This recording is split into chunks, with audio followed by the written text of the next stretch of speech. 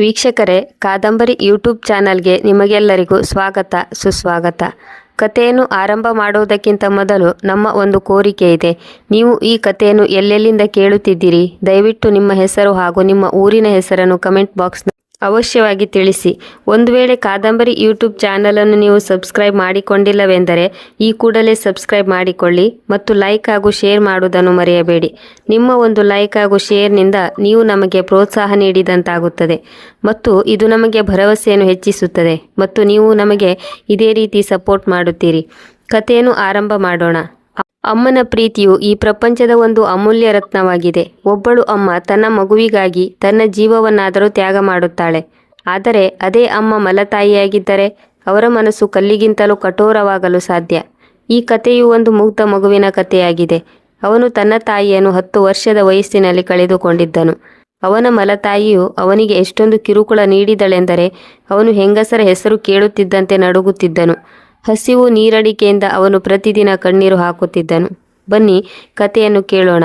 ಯಮುನಾ ನದಿಯ ತಟದಲ್ಲಿ ಸೂರ್ಯನಗರ ಎಂಬ ಒಂದು ಚಿಕ್ಕ ಹಳ್ಳಿ ಇತ್ತು. ದೂರದಿಂದ ನೋಡುವಾಗ ಈ ಹಳ್ಳಿಯು ಶಾಂತ ಹಾಗೂ ಹಸಿರಿನಿಂದ ಕೂಡಿತ್ತು. ಆದರೆ ಇದೇ ಹಳ್ಳಿಯ ಒಂದು ಮೂಲೆಯಲ್ಲಿ ಸೂರಜ್ ಎಂಬ ಒಬ್ಬ ಹುಡುಗ ವಾಸವಿದ್ದನು.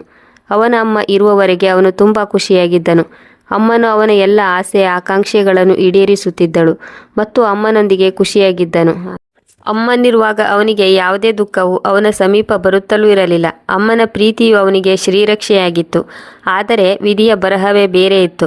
ಸೂರ್ಯನ ತಂದೆ ಗೋಪಾಲ್ ತನ್ನ ಹೆಂಡತಿ ಹೋದ ನಂತರ ತುಂಬ ದುಃಖದಲ್ಲಿ ಇರುತ್ತಿದ್ದನು. ಆದರೆ ಚಿಕ್ಕ ಮಗುವನ್ನು ನೋಡಿಕೊಳ್ಳಲು ಅವನು ಧೈರ್ಯ ತೋರಬೇಕಾಯಿತು. ಸ್ವಲ್ಪ ದಿನಗಳ ನಂತರ ಅವನು ಹಳ್ಳಿಯ ಒಂದು ಮಹಿಳೆ ಕಮಲಾಳೊಂದಿಗೆ ಮದುವೆ ಮಾಡಿಕೊಂಡನು. ಕಮಲ ಮನೆಗೆ ಹೊಸದಾಗಿ ಬಂದಾಗ ಸೂರಜ್ನನ್ನು ಎಷ್ಟೊಂದು ಪ್ರೀತಿಯಿಂದ ನೋಡಿಕೊಂಡಳೆಂದರೆ ತನ್ನ ಅಮ್ಮನೇ ಮರಳಿ ಬಂದಂತೆ ಸೂರಜ್ನಿಗೆ ಭಾಸವಾಯಿತು. ಅವಳು ಅವನಿಗೆ ಮಗ ಮಗ ಎಂದು ಹೇಳುತ್ತಿದ್ದಳು. ಅವನ ತಲೆಯನ್ನು ನೇವರಿಸಿ ಪ್ರೀತಿಸುತ್ತಿದ್ದಳು. ಆದರೆ ಇದೆಲ್ಲವೂ ಕೇವಲ ತೋರಿಕೆಯಾಗಿತ್ತು. ಯಾವಾಗ ಇಡೀ ಮನೆಯು ಕಮಲಾಳ ವಶಕ್ಕೆ ಬಂದಿತ್ತೋ ಆಗ ಅವಳ ನಿಜವಾದ ರೂಪ ಎದುರಿಗೆ ಬರಲು ಶುರುವಾಯಿತು. ತಾಜಾ ಪಲ್ಯ ಹಾಗೂ ರೊಟ್ಟಿಗಳನ್ನು ಮಾಡುತ್ತಿದ್ದಳು. ಆದರೆ ಸೂರಜ್ನ ತಟ್ಟೆಗೆ ತಂಗಳನ್ನ, ರಾತ್ರಿ ಉಳಿದ ಚಪಾತಿ ಪಲ್ಯಗಳನ್ನು ಹಾಕಲಾಗುತ್ತಿತ್ತು. ಹಲವಾರು ರಾತ್ರಿ ಅವನು ಹಸಿವಿನಿಂದಲೇ ಮಲಗುತ್ತಿದ್ದನು. ಹೊಟ್ಟೆ ಮೇಲೆ ಕೈಯಿಟ್ಟು ಕಣ್ಣೀರನ್ನು ಸುರಿಸುತ್ತಾ ಮಲಗುತ್ತಿದ್ದನು. ಒಂದು ವೇಳೆ ಅವನಿಗೆ ಹಸಿವು ಸಹಿಸಲು ಸಾಧ್ಯವಾಗದಿದ್ದರೆ ಧೈರ್ಯ ತಂದುಕೊಂಡು ಹೇಳುತ್ತಿದ್ದನು, ಅಮ್ಮ ನನಗೆ ಹಸಿವಾಗಿದೆ. ಇದಕ್ಕೆ ಕಮಲ ಗುರಾಯಿಸುತ್ತಾ ಅವನಿಗೆ ಹೇಳುತ್ತಿದ್ದಳು, ಏನು ಸಿಕ್ಕಿದೆಯೋ ಸುಮ್ಮನೆ ತಿನ್ನು, ಇಲ್ಲದೆ ಹೋದರೆ ನಾಳೆಯಿಂದ ಸಿಗುವುದಿಲ್ಲ. ಒಮ್ಮೊಮ್ಮೆ ಅವಳು ಹೊಡೆಯುತ್ತಿದ್ದಳು. ಕೆನ್ನೆಯ ಮೇಲೆ ಬಿದ್ದ ಹೊಡೆತದ ಚಿಹ್ನೆಗಳು ತುಂಬ ದಿನಗಳವರೆಗೆ ಇರುತ್ತಿದ್ದವು. ಗೋಪಾಲ್ ಇದನ್ನು ನೋಡಿದರೂ ಸುಮ್ಮನೆ ಇರುತ್ತಿದ್ದನು. ಬಹುಶಃ ಅವನು ಕಮಲಾಳಿಗೆ ಹೆದರುತ್ತಿದ್ದನು. ತಂದೆಯ ಈ ಮೌನ ಸೂರಜ್ನನ್ನು ಒಬ್ಬಂಟಿಯನ್ನಾಗಿ ಮಾಡಿತ್ತು. ಅವನು ಮನೆಯ ಒಂದು ಮೂಲೆಯಲ್ಲಿ ತನ್ನ ಅಮ್ಮನನ್ನು ನೆನೆದು ಸುಮ್ಮನೆ ಅಳುತ್ತಿದ್ದನು. ಶಾಲೆಗೆ ಹೋಗುವುದು ಅವನಿಗೆ ಒಂದು ನೆಮ್ಮದಿಯ ವಿಷಯವಾಗಿತ್ತು. ಆದರೆ ಅವನು ಶಾಲೆಯಿಂದ ಮರಳಿ ಬಂದಾಗ ಅವನ ಮನಸ್ಸು ಅಳಲು ಶುರು ಮಾಡುತ್ತಿತ್ತು. ಪಕ್ಕದ ಮನೆಯಲ್ಲಿ ಸರಳ ಎಂಬ ಮಹಿಳೆ ವಾಸವಿದ್ದಳು. ಅವಳು ಒಬ್ಬಂಟಿಯಾಗಿದ್ದಳು. ಅವಳ ಗಂಡ ಕೆಲವು ವರ್ಷಗಳ ಹಿಂದೆ ಮರಣ ಹೊಂದಿದ್ದನು. ಅವಳಿಗೆ ಮಕ್ಕಳು ಕೂಡ ಇರಲಿಲ್ಲ. ಸೂರಜ್ನ ಈ ಸ್ಥಿತಿಯನ್ನು ನೋಡಿ ಅವಳ ಮನ ಕರಗುತ್ತಿತ್ತು. ಅವಳಿಗೆ ಗೊತ್ತಿತ್ತು, ಕಮಲ ಈ ಮಗುವನ್ನು ಎಷ್ಟೊಂದು ಗೋಳು ಹೊಯ್ದುಕೊಳ್ಳುತ್ತಿದ್ದಾಳೆ. ಅವಕಾಶ ಸಿಕ್ಕಾಗಲೆಲ್ಲ ಅವಳು ಸೂರಜ್ನನ್ನು ಕರೆದು ತಿಂಡಿಯನ್ನು ನೀಡುತ್ತಿದ್ದಳು. ತನ್ನ ಅರ್ಧ ಊಟವನ್ನು ಅವನಿಗೆ ನೀಡುತ್ತಿದ್ದಳು ಅಥವಾ ಏನಾದರೂ ಸಿಹಿಯನ್ನು ನೀಡುತ್ತಿದ್ದಳು. ಸೂರಜ್ನು ಅವಳನ್ನು ದೇವತೆಯಂತೆ ನೋಡುತ್ತಿದ್ದನು. ಸರಳ ಅವನ ತಲೆಯನ್ನು ನೇವರಿಸಿದಾಗ ಅವನಿಗೆ ತನ್ನ ಅಮ್ಮನ ಮಮತೆ ನೆನಪಾಗುತ್ತಿತ್ತು. ಒಮ್ಮೆ ಚಳಿಗಾಲದ ಸಮಯವಾಗಿತ್ತು. ತಂಪಾದ ಗಾಳಿ ಬೀಸುತ್ತಿತ್ತು. ಸೂರಜ್ನಿಗೆ ತುಂಬ ಜ್ವರ ಬಂದಿತ್ತು. ಅವನ ಬಳಿ ತೆಳುವಾದ ಹರಿದ ಚಾದರವಿತ್ತು. ಅವನಿಗೆ ಆ ಚಳಿಯನ್ನು ತಡೆದುಕೊಳ್ಳಲು ಸಾಧ್ಯವಾಗಲಿಲ್ಲ. ಅವನು ಅಮ್ಮನಲ್ಲಿ ಹೇಳಿಕೊಂಡನು, ಅಮ್ಮ ನನಗೆ ಹೊಟ್ಟೆ ನೋಯುತ್ತಿದೆ, ತುಂಬ ಚಳಿಯಾಗುತ್ತಿದೆ. ಕಮಲ ಉಣ್ಣೆಯ ಬಟ್ಟೆಯನ್ನು ಹೊದ್ದುಕೊಂಡು ಮಲಗಿದ್ದವಳು ಸಿಟ್ಟಿನಿಂದ ಕೂಗಿಕೊಂಡಳು, ನೀನೇಕೆ ಸಾಯುವುದಿಲ್ಲ? ಮಲಗಲು ಕೂಡ ಬಿಡುವುದಿಲ್ಲ. ಬೆಳಿಗ್ಗೆ ಬೇಗ ಎದ್ದು ನಾನು ಕೆಲಸವನ್ನು ಕೂಡ ಮಾಡಬೇಕು. ಆಗ ಸೂರಜ್ನ ಕಣ್ಣುಗಳಿಂದ ಬಿಸಿ ಕಣ್ಣೀರು ಹೊರಬಂದಿತ್ತು. ಅವನು ನೋವು, ಚಳಿ, ಹಸಿವು ಮತ್ತು ಒಂಟಿತನದಿಂದ ರಾತ್ರಿ ಇಡೀ ನರಳತೊಡಗಿದನು. ನರಳುವಿಕೆಯಿಂದ ಅವನು ನಿಧಾನವಾಗಿ ಅಶಕ್ತನಾಗತೊಡಗಿದನು. ಅವನ ಉಸಿರಾಟ ನಿಂತಂತೆ ಭಾಸವಾಯಿತು. ಬೆಳಗಾಗುತ್ತಿದ್ದಂತೆ ಹಸಿವು ಕೂಡ ಚಳಿಯನ್ನು ಕಡಿಮೆ ಮಾಡುತ್ತಿರಲಿಲ್ಲ. ಸರಳ ಸೂರಜ್ನು ಅಂಗಳದಲ್ಲಿ ಕಸ ಗುಡಿಸುತ್ತಿರುವುದನ್ನು ನೋಡಿದಳು. ಅವನ ಮುಖ ಹಸಿವಿನಿಂದ ಬಾಡಿತ್ತು. ತುಟಿಗಳು ಒಣಗಿದ್ದವು ಮತ್ತು ನೀಲಿ ಬಣ್ಣಕ್ಕೆ ತಿರುಗಿದ್ದವು. ಅವನು ಕೆಟ್ಟ ರೀತಿಯಲ್ಲಿ ನಡುಗುತ್ತಿದ್ದನು. ಅವನು ಬಿದ್ದು ಹೋಗುತ್ತಿದ್ದಂತೆ ಭಾಸವಾಯಿತು. ಸರಳ ಇದನ್ನು ನೋಡಿ ರೋಸಿ ಹೋದಳು. ಬಡಬಡಿಸುತ್ತಾ ಹೇಳಿದಳು, ಕಮಲ, ನಿನಗೆ ಕಣ್ಣು ಕಾಣಿಸುತ್ತಿಲ್ಲವೇ? ನಿನ್ನ ಹೃದಯ ಕಲ್ಲಾಗಿದೆಯೇ? ಈ ಮಗು ಸಾಯುತ್ತಿದೆ. ನೋಡು ಇವನ ಪರಿಸ್ಥಿತಿ ಹೇಗಾಗಿದೆ. ಜ್ವರದಿಂದ ಬಳಲುತ್ತಿದ್ದಾನೆ. ಮೇಲಾಗಿಯೂ ನೀನು ಇಷ್ಟೊಂದು ಚಳಿಯಲ್ಲಿ ಇವನಿಂದ ಕೆಲಸ ಮಾಡಿಸುತ್ತಿದ್ದೀಯ. ಆ ದೇವರು ಕೂಡ ನಿನ್ನನ್ನು ಕ್ಷಮಿಸುವುದಿಲ್ಲ. ಆಗ ಕಮಲ ದೃಷ್ಟಿಯನ್ನು ಹೊರಳಿಸುತ್ತಾ, ಇವಳಿಗೆ ನಮ್ಮ ಮನೆಯ ಬಗ್ಗೆ ತುಂಬ ಆಸಕ್ತಿ ಇದೆ. ಯಾವಾಗ ನೋಡಿದರೂ ನಮ್ಮ ಮನೆಯ ವಿಷಯಕ್ಕೆ ತಲೆ ಹಾಕುತ್ತಿರುತ್ತಾಳೆ. ಇವನು ನನ್ನ ಮಲಮಗನಾಗಿದ್ದಾನೆ. ನಾನು ಹೇಗೆ ಬೇಕಾದರೂ ಅವನನ್ನು ನೋಡಿಕೊಳ್ಳುತ್ತೇನೆ. ಇದನ್ನು ಕೇಳಲು ನೀನು ಯಾರು? ಆಗ ಸರಳ ಉತ್ತರ ನೀಡಿದಳು, ಮತ್ತು ಈ ಮಗುವು ಕೂಡ ಒಬ್ಬ ಮನುಷ್ಯನಾಗಿದ್ದಾನೆ. ನೀನು ಅಮ್ಮನಾಗಲು ಯೋಗ್ಯಳಲ್ಲ. ಗೋಪಾಲ್, ನೀನು ಅಪ್ಪನೋ ಅಥವಾ ಕಲ್ಲೋ? ನಿನ್ನ ಕಣ್ಣುಗಳಿಗೆ ನಿನ್ನ ಮಗ ಸಾಯುತ್ತಿರುವುದು ಕಾಣಿಸುತ್ತಿಲ್ಲವೇ? ಮತ್ತು ನೀನು ಸುಮ್ಮನೆ ಕುಳಿತಿದ್ದೀಯಾ? ಗೋಪಾಲನು ನಾಚಿಕೆಯಿಂದ ತಲೆ ತಗ್ಗಿಸಿದನು. ಅವನ ಮುಖದ ಮೇಲೆ ಅಸಹಾಯಕತೆ ಹಾಗೂ ಪಶ್ಚಾತ್ತಾಪ ಎದ್ದು ಕಾಣುತ್ತಿತ್ತು. ಗಲಾಟೆಯನ್ನು ಕೇಳಿ ಅಕ್ಕಪಕ್ಕದ ಕೆಲವು ಜನರು ಸೇರಿಕೊಂಡರು. ಸರಳ ಮುಂದೆ ಬಂದು ಸೂರಜ್ನ ಕೈ ಹಿಡಿದುಕೊಂಡಳು. ಅವನ ದೇಹವು ಸುಡುತ್ತಿತ್ತು. ನಾನು ಇವನನ್ನು ನನ್ನ ಜೊತೆ ಕರೆದುಕೊಂಡು ಹೋಗುತ್ತಿದ್ದೇನೆ. ಅವಳ ಧ್ವನಿಯಲ್ಲಿ ಒಂದು ಶಕ್ತಿ ಇತ್ತು. ಕಮಲ ಕೂಗಾಡಿದಳು, ಇವನು ನನ್ನ ಗಂಡನ ಮಗ. ಇವನು ಚಳಿಜ್ವರದಿಂದ ನಡುಗುತ್ತಿರುವಾಗ ಇವನ ತಂದೆ ತಾಯಿ ಎಲ್ಲಿದ್ದರು? ಸರಳಾಳ ಮಾತುಗಳು ಅಲ್ಲಿರುವ ಜನರಲ್ಲಿ ಕಮಲಾಳ ಬಗ್ಗೆ ಸಿಟ್ಟು ಮತ್ತು ಸರಳಾಳ ಬಗ್ಗೆ ಗೌರವ ಮೂಡಿಸಿತು. ಗೋಪಾಲ್ ಸರಳಾಳನ್ನು ತಡೆಯಲಿಲ್ಲ. ಬಹುಶಃ ಅವನೊಳಗಿನ ತಂದೆಯು ಜಾಗೃತನಾಗಿರಬೇಕು. ಸರಳ ಮೂರ್ಛೆ ಹೋದ ಸ್ಥಿತಿಯಲ್ಲಿದ್ದ ಸೂರಜ್ನನ್ನು ತನ್ನ ಮನೆಗೆ ಕರೆದುಕೊಂಡು ಬಂದಳು. ಅವಳು ಸೂರಜ್ನನ್ನು ಹಾಸಿಗೆಯಲ್ಲಿ ಮಲಗಿಸಿದಳು. ಬಹುಶಃ ಸೂರಜ್ನಿಗೆ ಮೊದಲ ಬಾರಿ ಸುಖದ ನೆಮ್ಮದಿಯ ಅನುಭವವಾಯಿತು. ಅವಳು ಹಳ್ಳಿಯ ವೈದ್ಯರನ್ನು ಕರೆಸಿದಳು. ಇಡೀ ರಾತ್ರಿ ಎಚ್ಚರವಿದ್ದು ಸೂರಜ್ನ ಹಣೆಯ ಮೇಲೆ ತಣ್ಣೀರಿನ ಪಟ್ಟಿಯನ್ನು ಇಡುತ್ತಿದ್ದಳು. ಹೆದರಬೇಡ ಮಗ, ನಾನೇ ಈಗ ನಿನ್ನ ಅಮ್ಮ. ನಿನಗೆ ಏನೂ ಆಗಲು ಬಿಡುವುದಿಲ್ಲ. ಈಗ ಸೂರಜ್ನ ಕಣ್ಣುಗಳಿಂದ ಹಲವಾರು ವರ್ಷಗಳಿಂದ ಅವನೊಳಗೆ ಹುದುಗಿದ್ದ ನೋವು ಕಣ್ಣೀರಾಗಿ ಹೊರಬಂದಿತ್ತು. ಈ ಪ್ರೀತಿ, ಈ ಕಾಳಜಿ, ತನ್ನತನವನ್ನು ಅವನು ಎಂದಿಗೂ ಅನುಭವಿಸಿರಲಿಲ್ಲ. ಅವನಿಗೆ ಅನ್ನಿಸಿತು ಅವನ ನಿಜವಾದ ಅಮ್ಮ ಸರಳಾಳ ರೂಪದಲ್ಲಿ ಮತ್ತೆ ಮರಳಿ ಬಂದಿದ್ದಾಳೆಂದು. ಸರಳಾಳ ಮನೆಯೇ ಈಗ ಸೂರಜ್ನ ಮನೆಯಾಯಿತು. ಸರಳ ಸೂರಜ್ನನ್ನು ತಬ್ಬಿಕೊಂಡಳು. ಸೂರಜ್ನಿಗೆ ತನ್ನ ಎಲ್ಲ ತಾಯಿಯ ಮಮತೆಯನ್ನು ನೀಡಿದಳು. ಊಟ, ಬಟ್ಟೆ, ಎಲ್ಲಕ್ಕಿಂತ ಹೆಚ್ಚಾಗಿ ಅಮ್ಮನ ಮಮತೆ ಎಲ್ಲವೂ ಅವನಿಗೆ ಸಿಕ್ಕಿತ್ತು. ಸರಳ ಸ್ವತಃ ಬಡವಳಾಗಿದ್ದಳು. ಹೊಲದಲ್ಲಿ ಕೂಲಿ ಮಾಡುತ್ತಿದ್ದಳು ಅಥವಾ ಹಗಲು ರಾತ್ರಿ ಬಟ್ಟೆಯನ್ನು ಹೊಲಿದು ತಮ್ಮಿಬ್ಬರ ಜೀವನವನ್ನು ನಡೆಸುತ್ತಿದ್ದಳು. ಆದರೆ ಅವಳು ಸೂರಜ್ನಿಗೆ ಎಂದಿಗೂ ಯಾವುದೇ ವಸ್ತುವಿನ ಕೊರತೆಯಾಗದಂತೆ ನೋಡಿಕೊಂಡಳು. ತಾನು ಒಣಗಿದ ರೊಟ್ಟಿಯನ್ನು ತಿನ್ನುತ್ತಿದ್ದಳು. ಆದರೆ ಯಾವಾಗಲೂ ಸೂರಜ್ನಿಗೆ ಬಿಸಿ ಅಡುಗೆಯನ್ನು ಮಾಡಿ ನೀಡುತ್ತಿದ್ದಳು. ಸೂರಜನು ಕೂಡ ತನ್ನ ಅಮ್ಮನ ಮೇಲೆ ಪ್ರಾಣವನ್ನೇ ಇಟ್ಟಿದ್ದನು. ಅವನಿಗೆ ಗೊತ್ತಿತ್ತು ಅವನ ಅಮ್ಮ ಅವನಿಗಾಗಿ ಎಷ್ಟೊಂದು ಕಷ್ಟಪಡುತ್ತಿದ್ದಾಳೆ ಎಂದು. ಶಾಲೆಯಿಂದ ಮರಳಿ ಬಂದು ಅಮ್ಮನ ಕೆಲಸದಲ್ಲಿ ಕೈ ಜೋಡಿಸುತ್ತಿದ್ದನು. ಅವನಲ್ಲಿ ಒಂದು ಕನಸಿತ್ತು. ದೊಡ್ಡವನಾಗಿ ತನ್ನ ಅಮ್ಮನ ಎಲ್ಲ ದುಃಖವನ್ನು ದೂರ ಮಾಡಬೇಕು. ಅಮ್ಮನಿಗಾಗಿ ಒಂದು ಮನೆಯನ್ನು ಕಟ್ಟಬೇಕು. ಗೋಪಾಲ್ ಒಮ್ಮೊಮ್ಮೆ ಕದ್ದು ಮುಚ್ಚಿ ಸೂರಜ್ನನ್ನು ನೋಡಲು ಬರುತ್ತಿದ್ದನು ಮತ್ತು ಸರಳಾಳಿಗೆ ಧನ್ಯವಾದ ಹೇಳುತ್ತಿದ್ದನು. ಆದರೆ ಕಮಲ ಸೂರಜ್ನನ್ನು ತನ್ನ ಜೀವನದಿಂದ ಹೊರಹಾಕಿದ್ದಳು. ಸೂರಜ್ ಈಗ ದೊಡ್ಡವನಾದನು. ಅವನು ಹಳ್ಳಿಯ ಶಾಲೆಯಿಂದ 10ನೇ ತರಗತಿಯಲ್ಲಿ ಉತ್ತಮ ಅಂಕಗಳನ್ನು ತೆಗೆದುಕೊಂಡು ಪಾಸಾದನು. ಅವನು ಮುಂದೆ ಓದಲು ಬಯಸಿದನು. ದೊಡ್ಡ ವ್ಯಕ್ತಿ ಆಗಬೇಕೆಂದು ಅಂದುಕೊಂಡಿದ್ದನು.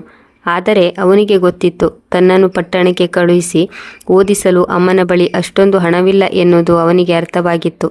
ಸರಳ ಅವನ ವಿದ್ಯಾಭ್ಯಾಸಕ್ಕಾಗಿ ತನ್ನ ಉಳಿದಿರುವ ಚಿಕ್ಕ ಜಮೀನನ್ನು ಕೂಡ ಮಾರಾಟ ಮಾಡಿದ್ದಳು. ಒಂದು ಸಂಜೆ ಸರಳ ಆಯಾಸಗೊಂಡು ಹೊಲಿಗೆ ಮಷೀನನ್ನು ಚಲಾಯಿಸುತ್ತಿದ್ದಾಗ ಸೂರಜ್ ಅವಳ ಬಳಿ ಬಂದು ಕುಳಿತುಕೊಂಡನು. ನಿಧಾನವಾಗಿ ಹೇಳಿದನು, ಅಮ್ಮ, ನಾನೀಗ ದೊಡ್ಡವನಾಗಿದ್ದೇನೆ. ನಾನು ಮುಂಬೈಗೆ ಹೋಗಬೇಕೆಂದು ಯೋಚಿಸುತ್ತಿದ್ದೇನೆ. ಅಲ್ಲಿ ತುಂಬ ಕೆಲಸವಿದೆ ಮತ್ತು ನಾನು ತುಂಬ ಕಷ್ಟಪಡುತ್ತೇನೆ. ಹಣವನ್ನು ಸಂಪಾದಿಸುತ್ತೇನೆ ಮತ್ತು ನಿಮಗೆ ಕಳುಹಿಸಿಕೊಡುತ್ತೇನೆ. ಸರಳಾಳ ಮನಸ್ಸು ಇದನ್ನು ಕೇಳಿ ಅಸಹಾಯಕವಾಯಿತು.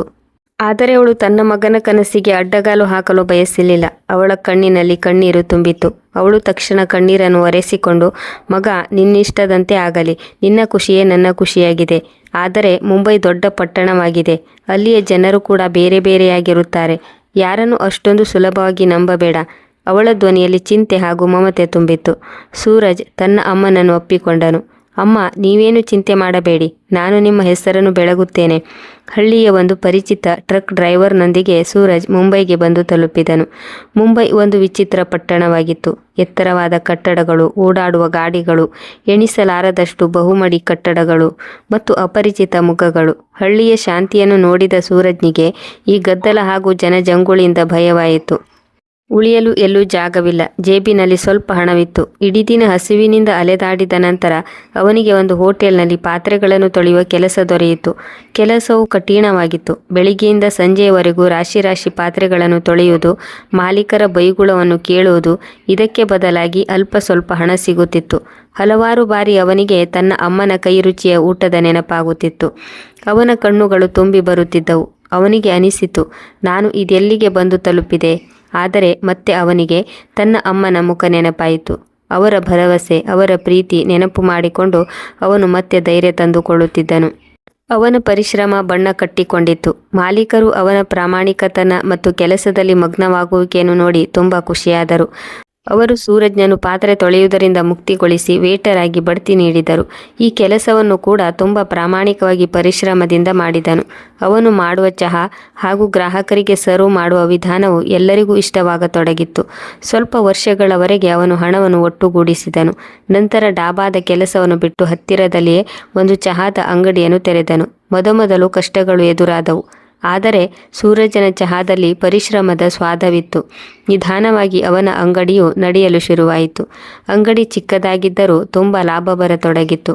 ಅವನು ಇನ್ನಿಬ್ಬರು ಹುಡುಗರನ್ನು ಕೂಡ ಕೆಲಸಕ್ಕೆ ಇಟ್ಟುಕೊಂಡನು. ಯಾವಾಗ ಅವನಿಗೆ ಮೊದಲ ಬಾರಿಗೆ ಒಳ್ಳೆಯ ಲಾಭ ಬಂದಿತ್ತೋ ಆ ಎಲ್ಲ ಲಾಭವನ್ನು ಮನಿ ಆರ್ಡರ್ ಮೂಲಕ ಅಮ್ಮನಿಗೆ ಕಳುಹಿಸಿಕೊಟ್ಟನು. ಅಂಚೆ ಪೆಟ್ಟಿಗೆಯವನು ಅವಳ ಮನೆಯ ಬಾಗಿಲಿಗೆ ಬಂದಾಗ ಸರಳಾಳ ಕಣ್ಣುಗಳಲ್ಲಿ ಕಣ್ಣೀರು ತುಂಬಿಕೊಂಡಿತ್ತು.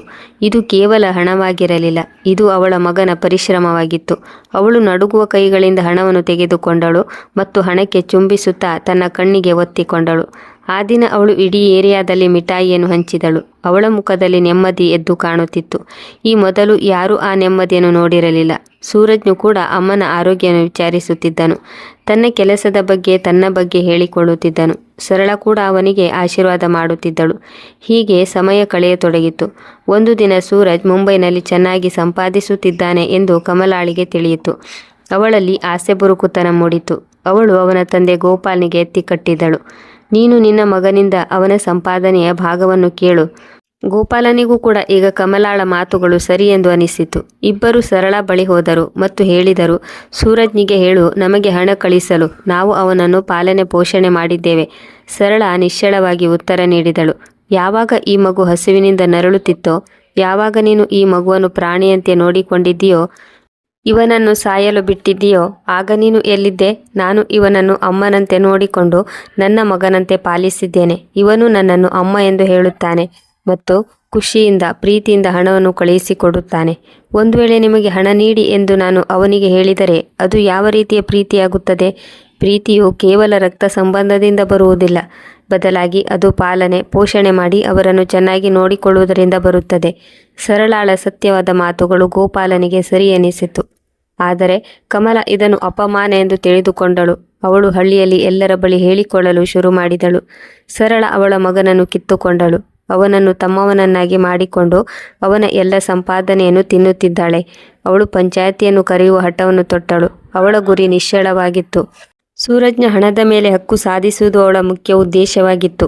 ಹಳ್ಳಿಯ ಹಿರಿಯರು ವಿಷಯವನ್ನು ತಣ್ಣಗಾಗಿಸಲು ಪಂಚಾಯಿತಿಯನ್ನು ಕರೆದರು. ಹಳ್ಳಿಯ ಪಂಚಾಯಿತಿಯು ಗೋಪಾಲ್ನಿಗಾಗಿ ಮುನ್ನಡೆ ಸೇರಿತು. ಊರಿನ ಮುಖ್ಯಸ್ಥರು ತಮ್ಮ ಜಾಗದಲ್ಲಿ ಕುಳಿತುಕೊಂಡರು. ಇಡೀ ಹಳ್ಳಿಯು ಈ ತಮಾಷೆಯನ್ನು ನೋಡಲು ಸೇರಿತ್ತು. ಒಂದು ಕಡೆ ಕಣ್ಣಿನಲ್ಲಿ ಸುಳ್ಳು ಕಣ್ಣೀರನ್ನು ತುಂಬಿಕೊಂಡು ಗೋಪಾಲನೊಂದಿಗೆ ಕಮಲ ನಿಂತಿದ್ದಳು. ಮತ್ತೊಂದು ಕಡೆ ಸರಳ ಏಕಾಂಗಿಯಾಗಿ ನಿಂತಿದ್ದಳು. ತಲೆ ತಗ್ಗಿಸಿಕೊಂಡು ಒಂದು ವಿಚಿತ್ರ ಧೈರ್ಯವನ್ನು ತಂದುಕೊಂಡಿದ್ದಳು. ಸೂರಜನಿಗೂ ಫೋನ್ನಲ್ಲಿ ಎಲ್ಲವನ್ನೂ ಹೇಳಲಾಗಿತ್ತು.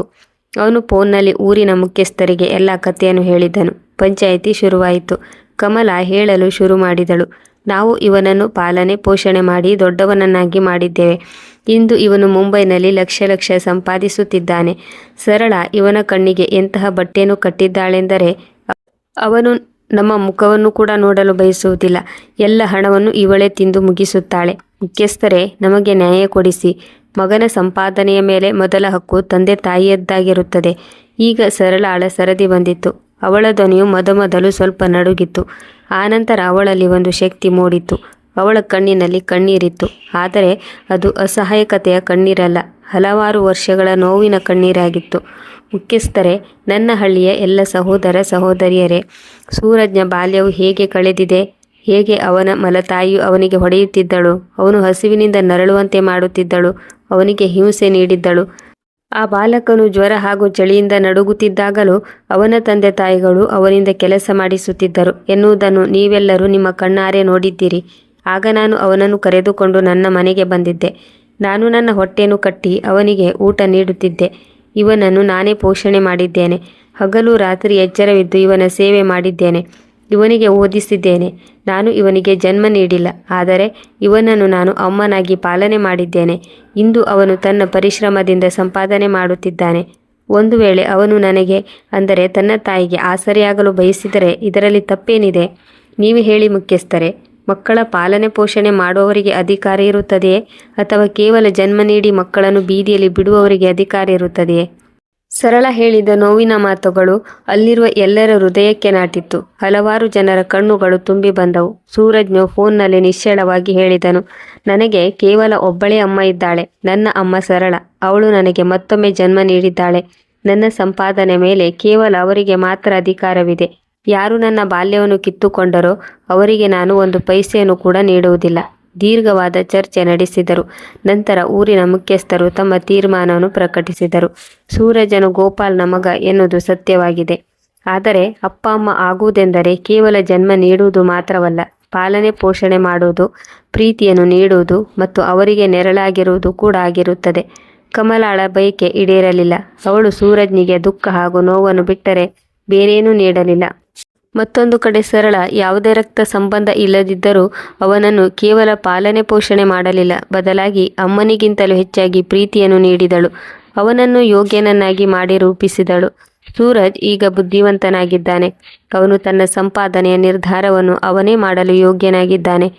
ಆದರೆ ಮನುಷ್ಯತ್ವ ಹಾಗೂ ಮಾನವೀಯತೆ ಎಂದರೆ ಯಾವುದೇ ಪ್ರತಿಫಲಾಪೇಕ್ಷೆ ಇಲ್ಲದೆ ಸೇವೆ ಮಾಡುವುದೇ ಜೀವನದ ದೊಡ್ಡ ಕರ್ತವ್ಯವಾಗಿದೆ. ಪಂಚಾಯಿತಿಯು ಯಾವ ನಿರ್ಧಾರವನ್ನು ಪ್ರಕಟಿಸಿತೆಂದರೆ ಸೂರಜ್ನು ಯಾರಿಗೆ ತನ್ನ ಸಂಪಾದನೆಯನ್ನು ನೀಡಲು ಬಯಸುತ್ತಾನೋ ಅವರಿಗೆ ನೀಡಬಹುದು. ಅವರಿಗೆ ಆ ಹಕ್ಕು ಇರುತ್ತದೆ.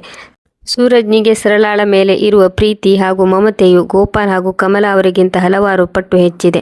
ಆದ್ದರಿಂದ ಕಮಲಾ ಮತ್ತು ಗೋಪಾಲ್ ಸೂರಜ್ನ ಸಂಪಾದನೆಯ ಮೇಲೆ ಯಾವುದೇ ಮೊಕದ್ದಮೆ ಹೂಡಲು ಸಾಧ್ಯವಿಲ್ಲ. ಪಂಚಾಯಿತಿಯ ನಿರ್ಧಾರವನ್ನು ಕೇಳಿ ಕಮಲಾಳ ಮುಖ ಕಪ್ಪಿಟ್ಟಿತ್ತು. ತುಂಬಿದ ಪಂಚಾಯಿತಿಯಲ್ಲಿ ಮರ್ಯಾದೆ ಹರಾಜಾಗಿ ಗೋಪಾಲನು ಕೂಡ ತಲೆ ಎತ್ತಿ ನೋಡಲು ಆಗಲಿಲ್ಲ. ಸರಳಾಳ ಮುಖದಲ್ಲಿ ಖುಷಿ ಹಾಗೂ ಆನಂದದ ಕಣ್ಣೀರು ತುಂಬಿತ್ತು.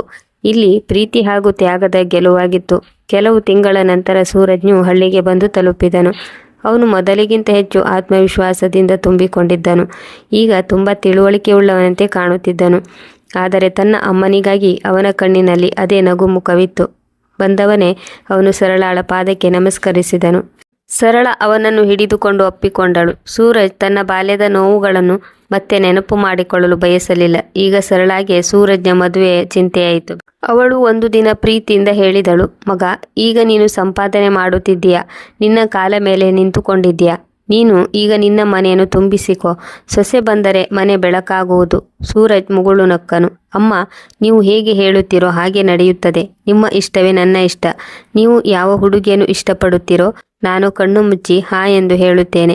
ಸರಳ ಹುಡುಗಿಗಾಗಿ ಹುಡುಕಾಟ ನಡೆಸಿದಳು ಮತ್ತು ಪಕ್ಕದ ಹಳ್ಳಿಯ ಒಂದು ಹುಡುಗಿ ರಾಧಾಳನ್ನು ಮೆಚ್ಚಿದಳು. ರಾಧಾಳು ಸಾದಾ ವ್ಯಕ್ತಿತ್ವದ ಕಠಿಣ ಪರಿಶ್ರಮಿ ಹಾಗೂ ಒಳ್ಳೆಯ ಮನಸ್ಸಿನವಳಾಗಿದ್ದಳು. ಸೂರಜ್ನಿಗೆ ರಾಧಾ ತುಂಬ ಇಷ್ಟವಾದಳು. ಇಬ್ಬರ ಮದುವೆಯು ಹಳ್ಳಿಯಲ್ಲಿ ತುಂಬ ವಿಜೃಂಭಣೆಯಿಂದ ನಡೆಯಿತು. ಮದುವೆಯ ಎಲ್ಲ ಖರ್ಚನ್ನು ಸೂರಜ್ ವಹಿಸಿಕೊಂಡಿದ್ದನು. ಆದರೆ ಎಲ್ಲ ಮದುವೆಯ ಕಾರ್ಯಗಳನ್ನು ಸರಳ ಅಮ್ಮನಂತೆ ನೆರವೇರಿಸಿದಳು. ಇಡೀ ಹಳ್ಳಿಯು ಈ ಖುಷಿಯಲ್ಲಿ ಪಾಲ್ಗೊಂಡಿತ್ತು. ಗೋಪಾಲ್ ಕೂಡ ಬಂದನು. ಸುಮ್ಮನೆ ಒಂದು ಮೂಲೆಯಲ್ಲಿ ನಿಂತುಕೊಂಡನು. ಕಮಲ ಎಲ್ಲೂ ಕಾಣಿಸಲಿಲ್ಲ. ಬಹುಶಃ ಅವಳಲ್ಲಿ ಮುಖ ತೋರಿಸುವಷ್ಟು ಧೈರ್ಯವಿರಲಿಲ್ಲ. ನಂತರ ಸೂರಜ್ ರಾಧಾಳನ್ನು ಕರೆದುಕೊಂಡು ಮುಂಬೈಗೆ ಹೊರಟು ಹೋದನು. ಆದರೆ ಅವನು ತನ್ನ ಅಮ್ಮನನ್ನು ಒಂಟಿಯಾಗಿ ಬಿಡಲಿಲ್ಲ. ಅವಳನ್ನು ನೋಡಿಕೊಳ್ಳುವುದಕ್ಕಾಗಿ ಒಬ್ಬಳು ಮಹಿಳೆಯನ್ನು ನೇಮಿಸಿದನು. ತಾನು ಕೂಡ ಪ್ರತಿ ತಿಂಗಳು ಹಳ್ಳಿಗೆ ಬರುತ್ತಿದ್ದನು. ರಾಧಾಳು ಕೂಡ ತನ್ನ ಅತ್ತೆ ಸರಳ ಅವರನ್ನು ಅಮ್ಮನಂತೆ ನೋಡಿಕೊಳ್ಳುತ್ತಿದ್ದಳು. ಅವಳು ಪ್ರತಿದಿನ ಅವರೊಂದಿಗೆ ಮಾತನಾಡುತ್ತಿದ್ದಳು. ಅವರ ಯೋಗಕ್ಷೇಮವನ್ನು ವಿಚಾರಿಸುತ್ತಿದ್ದಳು. ಸೂರಜ್ ಹಾಗೂ ರಾಧಾಳಿಗೆ ಇಬ್ಬರು ಮಕ್ಕಳಾದರು, ಆರವ್ ಹಾಗೂ ಅನನ್ಯ. ಅವರು ಹಳ್ಳಿಗೆ ಬಂದಾಗ ಅಜ್ಜಿಯನ್ನು ಮುತ್ತಿಕೊಳ್ಳುತ್ತಿದ್ದರು. ಸರಳಾಳ ಮನೆಯ ಅಂಗಳವು ಈ ಮೊದಲು ಮೌನವಾಗಿರುತ್ತಿತ್ತು. ಈಗ ಮಕ್ಕಳ ನಗುವಿನಿಂದ ತುಂಬಿ ತುಳುಕುತ್ತಿತ್ತು. ಸೂರಜ್ನ ಚಹಾದ ಅಂಗಡಿಯು ಈಗ ಮುಂಬೈನಲ್ಲಿ ತುಂಬ ಹೆಸರುವಾಸಿಯಾಯಿತು. ಅವನ ಪರಿಶ್ರಮ ಹಾಗೂ ಪ್ರಾಮಾಣಿಕತನ ಅವನನ್ನು ಚಿಕ್ಕ ಚಹಾದ ಅಂಗಡಿಯಿಂದ ಒಂದು ದೊಡ್ಡ ರೆಸ್ಟೋರೆಂಟ್ವರೆಗೆ ಬಂದು ತಲುಪಿಸಿತು. ಅವನು ತನ್ನ ರೆಸ್ಟೋರೆಂಟ್ಗೆ ತಾಯಿಯ ಮಡಿಲು ಎಂದು ಹೆಸರಿಟ್ಟನು. ಅದು ಅವನಿಗೆ ಕೇವಲ ಒಂದು ಹೆಸರಾಗಿರಲಿಲ್ಲ, ಅವನ ಜೀವನದ ಆಧಾರವಾಗಿತ್ತು. ರೆಸ್ಟೋರೆಂಟ್ನಲ್ಲಿ ಅವನು ಹಳ್ಳಿಯ ಸ್ವಾದವಾದ ಚಹಾ, ರೊಟ್ಟಿ, ಸ್ವಾದಿಷ್ಟವಾದ ಅನ್ನ, ಸಾಂಬಾರ್, ಪಲ್ಯ ಎಲ್ಲವನ್ನೂ ನೀಡುತ್ತಿದ್ದನು. ಗ್ರಾಹಕರು ಅವನ ಊಟದ ರುಚಿ ಹಾಗೂ ಗುಣಮಟ್ಟಕ್ಕೆ ಮಾರು ಹೋಗಿದ್ದರು. ನಿಧಾನವಾಗಿ ಅವನ ಹೋಟೆಲ್ನ ಚರ್ಚೆಯು ಪಟ್ಟಣದ ಟಿವಿ ಹಾಗೂ ಪತ್ರಿಕೆಗಳಲ್ಲಿ ಪ್ರಕಟವಾಗತೊಡಗಿತ್ತು. ಒಂದು ದಿನ ಒಬ್ಬರು ದೊಡ್ಡ ಬಿಸ್ನೆಸ್ ಮ್ಯಾನ್ ಸೂರಜ್ನ ರೆಸ್ಟೋರೆಂಟ್ಗೆ ಬಂದರು. ಅವನಿಗೆ ಸೂರಜ್ನ ಊಟ ಮತ್ತು ಕಥೆಯು ಎಷ್ಟೊಂದು ಇಷ್ಟವಾಯಿತೆಂದರೆ ಸೂರಜ್ನಿಗೆ ಅವನ ರೆಸ್ಟೋರೆಂಟ್ನ ಶಾಖೆಗಳನ್ನು ಆರಂಭಿಸುವ ಸಲಹೆಯನ್ನು ನೀಡಿದನು. ಸೂರಜ್ನಿಗೆ ಈ ಮಾತು ನಂಬಲು ಸಾಧ್ಯವಾಗಲಿಲ್ಲ. ಅವನು ಈ ಬಗ್ಗೆ ತನ್ನ ಅಮ್ಮನಲ್ಲಿ ಫೋನ್ನಲ್ಲಿ ಮಾತನಾಡಿದನು. ಸರಳ ಹೇಳಿದಳು, ಮಗ, ಇದು ನಿನ್ನ ಪರಿಶ್ರಮದ ಫಲವಾಗಿದೆ. ಒಂದು ವೇಳೆ ನಿನ್ನ ಮನಸ್ಸಿಗೆ ಇದು ಸರಿ ಎಂದು ತೋಚಿದರೆ ನೀನು ಮುಂದೆ ಸಾಗು. ನಾನಂತೂ ನೀನು ಇನ್ನೂ ಎತ್ತರಕ್ಕೆ ಸಾಗು ಎಂದು ಹಾರೈಸುತ್ತೇನೆ. ಸೂರಜ್ನು ಧೈರ್ಯ ತೋರಿ ತಾಯಿಯ ಮಡಿಲು ಈ ಹೆಸರಿನಲ್ಲಿ ಮೊದಲನೇ ಶಾಖೆಯನ್ನು ತೆರೆದನು. ಕೆಲವೇ ವರ್ಷಗಳಲ್ಲಿ ತಾಯಿಯ ಮಡಿಲು ಮುಂಬೈ, ದೆಹಲಿ, ಪುಣೆ, ಬೆಂಗಳೂರು ಹೀಗೆ ದೇಶದ ಹಲವಾರು ನಗರಗಳಲ್ಲಿ ತನ್ನ ಶಾಖೆಗಳನ್ನು ತೆರೆಯಿತು. ಸೂರಜ್ ಈಗ ಎಲ್ಲರಿಗೂ ಚಿರಪರಿಚಿತನಾದ ವ್ಯಕ್ತಿಯಾಗಿ ಹೊರಹೊಮ್ಮಿದನು. ಆದರೆ ಸೂರಜ್ನ ಗುಣ ಹಾಗೂ ತನ್ನ ಅಮ್ಮನ ಮೇಲೆ ಇರುವ ಪ್ರೀತಿಯು ಎಂದಿಗೂ ಕಡಿಮೆಯಾಗಲಿಲ್ಲ. ಅವನು ತನ್ನ ಸಂಪಾದನೆಯ ಒಂದು ದೊಡ್ಡ ಭಾಗವನ್ನು ಹಳ್ಳಿಯಲ್ಲಿ ಶಾಲೆಯನ್ನು ತೆರೆಯಲು ಉಪಯೋಗಿಸಿದನು ಮತ್ತು ಅಲ್ಲಿ ಬಡ ಹುಡುಗರಿಗೆ ಮುಕ್ತವಾದ ಶಿಕ್ಷಣವನ್ನು ನೀಡಲಾಗುತ್ತಿತ್ತು. ಸರಳ ವಿದ್ಯಾಮಂದಿರ ಎಂಬ ಹೆಸರು ನೀಡಿದನು. ಉದ್ಘಾಟನೆಯ ದಿನ ಸೂರಜ್ನು ತನ್ನ ಅಮ್ಮನನ್ನು ಸ್ಟೇಜ್ಗೆ ಕರೆದನು. ಅವಳ ಕಾಲಿಗೆ ಬಿದ್ದು ಹೇಳಿದನು, ಅಮ್ಮ, ಈ ಶಾಲೆಯು ನಿಮ್ಮ ತ್ಯಾಗ ಹಾಗೂ ಪ್ರೀತಿಯ ಪ್ರತೀಕವಾಗಿದೆ. ನೀವು ನನಗೆ ಜೀವನವನ್ನು ನೀಡಿದ್ದೀರಿ. ನಾನು ಈಗ ಇಷ್ಟಪಡುವುದೇನೆಂದರೆ ಪ್ರತಿ ಮಕ್ಕಳಿಗೂ ನೀವು ನನಗೆ ನೀಡಿದ ಪ್ರೀತಿಯು ಲಭಿಸಲಿ. ಸರಳಾಳ ಕಣ್ಣುಗಳು ಗರ್ವ ಹಾಗೂ ಖುಷಿಯಿಂದ ತುಂಬಿ ಬಂದಿತ್ತು. ಹಳ್ಳಿಯ ಜನರು ಚಪ್ಪಾಳೆಯನ್ನು ಹೊಡೆದರು. ಸೂರಜ್ನ ಸಾಧನೆಯು ದೇಶದ ಮೂಲೆ ಮೂಲೆಗೂ ತಲುಪಿತು. ತಾಯಿಯ ಮಡಿಲು ಈಗ ದೇಶದ ಮೂಲೆ ಮೂಲೆಗಳಲ್ಲೂ ಮನೆ ಮಾತಾಯಿತು. ಜನರ ಮನಸ್ಸಿನಲ್ಲಿಯೂ ಕೂಡ ಅದು ನೆಲೆಸಿತು. ಸೂರಜ್ನ ಪರಿಶ್ರಮ ಹಾಗೂ ಪ್ರಾಮಾಣಿಕತೆ ಅವನನ್ನು ಅತಿ ಎತ್ತರಕ್ಕೆ ಏರಿಸಿತು. ಆದರೆ ಜೀವನ ಎಂದಿಗೂ ಒಂದೇ ರೀತಿಯಲ್ಲಿ ಇರುವುದಿಲ್ಲ. ಸೂರಜನ ಮನಸ್ಸು ಇಲ್ಲಿಯವರೆಗೆ ಅಮ್ಮನ ಮಮತೆ, ರಾಧಾಳ ಹಾಗೂ ಮಕ್ಕಳ ಪ್ರೀತಿಯಲ್ಲಿ ಮುಳುಗಿತ್ತು. ಅದು ಮತ್ತೊಮ್ಮೆ ನೋವಿನ ಸಾಗರದಲ್ಲಿ ಮುಳುಗಿತ್ತು. ವಿಧಿಯು ಮತ್ತೊಮ್ಮೆ ಅವನ ದಾರಿಯಲ್ಲಿ ಮುಳ್ಳುಗಳನ್ನು ಹರಡಿತು. ಈ ನೋವು ಹಳೆಯ ನೋವುಗಳಿಗಿಂತಲೂ ಹೆಚ್ಚಾಗಿತ್ತು. ಈ ಕಥೆಯು ಈಗ ಇನ್ನೊಂದು ತಿರುವನ್ನು ಪಡೆದುಕೊಳ್ಳುತ್ತಿತ್ತು. ಅದು ಕೇವಲ ಸೂರಜ್ನಿಗೆ ಅಮ್ಮನ ಪ್ರೀತಿಯ ಕೊರತೆಯನ್ನು ಉಂಟು ಮಾಡಿದ್ದಲ್ಲದೆ ಬದಲಾಗಿ ಜೀವನದ ಹೊಸ ಪರೀಕ್ಷೆಗಳನ್ನು ಕೂಡ ಎದುರಿಸಬೇಕಾಗಿತ್ತು. ಮುಂಬೈನಲ್ಲಿ ಸೂರಜ್ನ ಜೀವನವು ಈಗ ವ್ಯವಸ್ಥಿತವಾಗಿತ್ತು. ರಾಧಾ ಹಾಗೂ ಮಕ್ಕಳು ಅವನ ಜೀವನದ ಬೆಳಕಾಗಿದ್ದರು. ಇದು ಅವರ ಮನೆಯನ್ನು ಸ್ವರ್ಗವನ್ನಾಗಿ ಮಾಡಿತು ಮತ್ತು ಮಕ್ಕಳು ತಮ್ಮ ತಂದೆಯನ್ನು ನೋಡಿ ಇನ್ನು ದೊಡ್ಡ ಕನಸುಗಳನ್ನು ಕಾಣುತ್ತಿದ್ದರು. ಅವನು ಪ್ರತಿ ರವಿವಾರ ತಮ್ಮ ಮಕ್ಕಳನ್ನು ರೆಸ್ಟೋರೆಂಟ್ಗೆ ಕರೆದುಕೊಂಡು ಹೋಗುತ್ತಿದ್ದನು. ಅವರು ವೇಟರ್ರೊಂದಿಗೆ ಆಟವಾಡುತ್ತಾ ಗ್ರಾಹಕರಿಗೆ ನಗು ನಗುತ್ತಾ ನೀರನ್ನು ಸರ್ವ್ ಮಾಡುತ್ತಿದ್ದರು. ಇದನ್ನು ನೋಡಿ ಸೂರಜ್ನಿಗೆ ಅನಿಸುತ್ತಿತ್ತು, ಒಬ್ಬ ವ್ಯಕ್ತಿಯು ಜೀವನದಲ್ಲಿ ಏನನ್ನು ಬಯಸುತ್ತಾನೋ ಅದೆಲ್ಲವನ್ನು ನಾನು ಪಡೆದುಕೊಂಡಿದ್ದೇನೆ. ಆದರೆ ಒಂದು ದಿನ ಇದ್ದಕ್ಕಿದ್ದಂತೆ ಅವನ ಜೀವನದಲ್ಲಿ ಒಂದು ಬಿರುಗಾಳಿ ಎದ್ದಿತ್ತು. ಒಂದು ಸಂಜೆ ಸೂರಜ್ನು ತನ್ನ ರೆಸ್ಟೋರೆಂಟ್ನ ಖಾತೆಯನ್ನು ಚೆಕ್ ಮಾಡುತ್ತಿದ್ದಾಗ ಫೋನ್ ರಿಂಗ್ ಆಯಿತು. ಮತ್ತೊಂದು ಕಡೆ ಹಳ್ಳಿಯ ಮುಖ್ಯಸ್ಥರ ಧ್ವನಿ ಇತ್ತು. ಅವರ ಮಾತು ದುಃಖ ಹಾಗೂ ಚಿಂತೆಯಿಂದ ಕೂಡಿತ್ತು. ಮಗ, ಬೇಗ ಹಳ್ಳಿಗೆ ಬಾ, ನಿನ್ನ ಅಮ್ಮನ ಆರೋಗ್ಯ ಹದಗೆಟ್ಟಿದೆ. ಆಗ ಸೂರಜ್ನ ಹೃದಯ ಬಡಿತ ನಿಂತಂತಾಯಿತು. ಅವನು ಒಂದು ಕ್ಷಣ ವ್ಯರ್ಥ ಮಾಡದೆ ರಾಧಾ ಹಾಗೂ ಮಕ್ಕಳನ್ನು ಕರೆದುಕೊಂಡು ಹಳ್ಳಿಗೆ ಹೊರಟು ಬಂದನು. ಬೆಳಗಿನ ಟ್ರೈನ್ನಲ್ಲಿ ಸೂರಜ್ನು ಹಳ್ಳಿಗೆ ಹೊರಟು ಬಂದನು. ಕೇವಲ ಅಮ್ಮನ ಮುಖವೇ ಅವನ ಮನಸ್ಸಿನಲ್ಲಿ ಮೂಡತೊಡಗಿತು. ಅವರು ನೀಡಿದ ಊಟ, ಅವರ ಮಾನವೀಯತೆ, ಅವರ ಪಾಲನೆ, ಪೋಷಣೆ, ಮಮತೆ ಎಲ್ಲವೂ ಅವನ ಕಣ್ಣ ಮುಂದೆ ಹಾದು ಹೋದವು. ಇದೇ ಮುಖವು ಅವನನ್ನು ನೋವಿನಿಂದ ಪಾರು ಮಾಡಿತ್ತು. ಅವನನ್ನು ಪ್ರೀತಿಯಿಂದ ಅಪ್ಪಿಕೊಂಡಿತ್ತು. ಆಗ ಅವನಿಗೆ ಕಮಲಾಳು ಹೇಳಿದ, ಏಕೆ ನೀನು ಸತ್ತು ಹೋಗುವುದಿಲ್ಲ ಎಂಬ ವಿಷಕಾರಿ ಮಾತುಗಳು ಕೂಡ ನೆನಪಾದವು. ಏನು, ಅವನ ಅಮ್ಮ, ಅವನ ಸರಳ ಅಮ್ಮ ನಿಜವಾಗಿಯೂ ಅವನನ್ನು ಬಿಟ್ಟು ಹೋಗುತ್ತಾಳೆಯೇ? ಸೂರಜ್ ಹಳ್ಳಿಗೆ ಬಂದು ತಲುಪಿದಾಗ ನಿಜವಾಗಿಯೂ ಅವನ ಮನಸ್ಸು ನೋವಿನಿಂದ ನರಳಾಡಿತು. ಸರಳ ಹಾಸಿಗೆ ಮೇಲೆ ಮಲಗಿಕೊಂಡಿದ್ದಳು. ಅವಳ ಮುಖ ಬಿಳಿಚಿಕೊಂಡಿತ್ತು, ಕಣ್ಣು ಆಳಕ್ಕಿಳಿದಿದ್ದವು. ವೈದ್ಯರು ಹೇಳಿದರು, ಇವರಿಗೆ ಯಾವುದೋ ಹಳೆಯ ರೋಗವು ಕಾಣಿಸಿಕೊಂಡಿದೆ. ಬಹುಶಃ ಅವರ ಪರಿಶ್ರಮ ಮತ್ತು ಬಡತನವು ಅವರನ್ನು ಈ ರೀತಿ ಮಾಡಿರಬೇಕು. ಸೂರಜನು ತಕ್ಷಣ ಸರಳ ಅವರನ್ನು ನಗರದ ದೊಡ್ಡ ಆಸ್ಪತ್ರೆಗೆ ಕರೆದುಕೊಂಡು ಹೋಗುವ ನಿರ್ಧಾರ ಮಾಡಿದನು.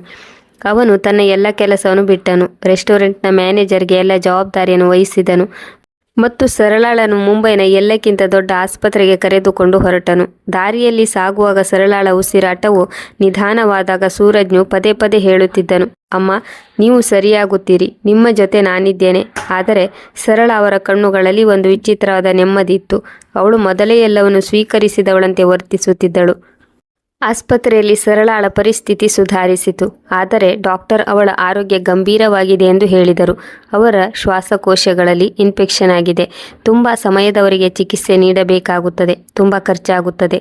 ಆದರೂ ಯಾವುದೇ ಗ್ಯಾರಂಟಿ ಕೊಡಲು ಆಗುವುದಿಲ್ಲ ಎಂದು ಡಾಕ್ಟರ್ ಹೇಳಿದಾಗ ಸೂರಜ್ ಹಿಂದೆ ಮುಂದೆ ಯೋಚಿಸದೆ ಹೇಳಿದನು, ನನ್ನ ಅಮ್ಮನಿಗಾಗಿ ನಾನು ಎಲ್ಲವನ್ನೂ ಮಾರಾಟ ಮಾಡುತ್ತೇನೆ. ನೀವು ಚಿಕಿತ್ಸೆಯನ್ನು ಆರಂಭಿಸಿ.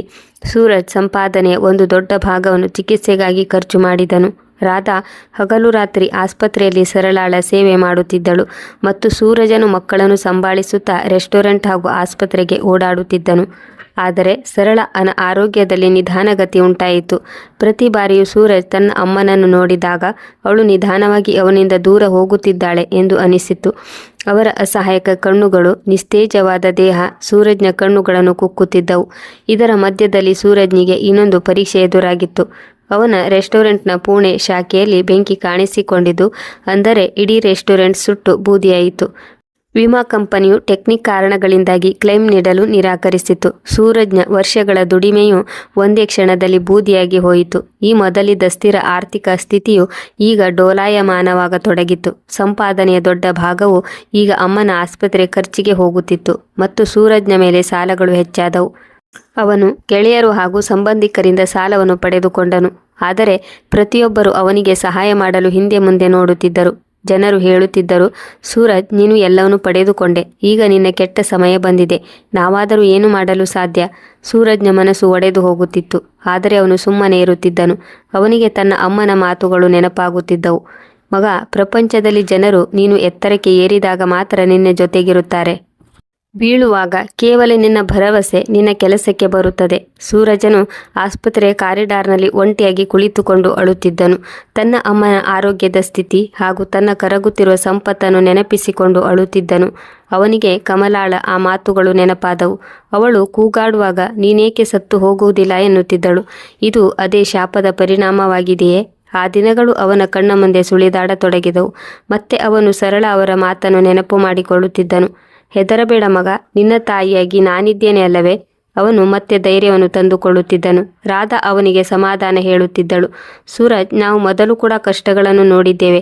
ಅಮ್ಮನಿಗೆ ಏನೂ ಆಗುವುದಿಲ್ಲ. ಆದರೆ ಸೂರಜ್ನಿಗೆ ಗೊತ್ತಿತ್ತು, ಈ ಬಾರಿ ಅಪಾಯಗಳು ತುಂಬ ಆಳವಾಗಿದ್ದವು. ಈ ಅವಧಿಯಲ್ಲಿ ಕಮಲಾಗೆ ಸೂರಜ್ನ ಕಷ್ಟದ ಪರಿಸ್ಥಿತಿಯ ಬಗ್ಗೆ ತಿಳಿಯಿತು. ಅವಳ ಮನಸ್ಸು ಮತ್ತೆ ಜಾಗೃತವಾಯಿತು.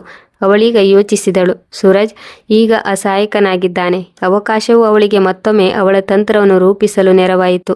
ಅವಳು ಗೋಪಾಲ್ನನ್ನು ಕರೆದುಕೊಂಡು ಮುಂಬೈಗೆ ಬಂದು ತಲುಪಿದಳು. ಸೂರಜ್ನ ಮನೆಗೆ ಬಂದಳು. ಸೂರಜ್ ಆ ಸಮಯದಲ್ಲಿ ಆಸ್ಪತ್ರೆಯಲ್ಲಿದ್ದನು. ರಾಧಾ ಮಕ್ಕಳ ಜೊತೆ ಮನೆಯಲ್ಲಿದ್ದಳು.